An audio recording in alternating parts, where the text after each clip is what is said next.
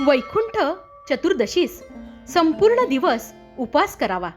मध्यरात्री सहस्त्र तुलसी पत्रांनी विष्णुपूजन करून अरुणोदयकाली सहस्त्र बिल्वपत्रांनी शंकराचे पूजन करावे.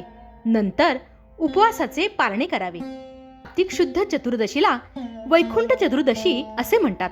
या दिवशी भगवान शंकराची श्री विष्णूंनी महापूजा केली.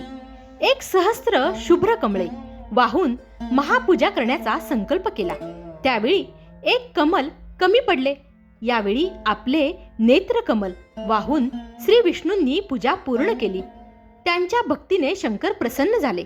त्यांनी विष्णूंना सुदर्शन चक्र दिले आणि वर दिला की या चक्राच्या आधारे तू कोणत्याही दृष्ट शक्तींवर सहज विजय मिळवू शकशील.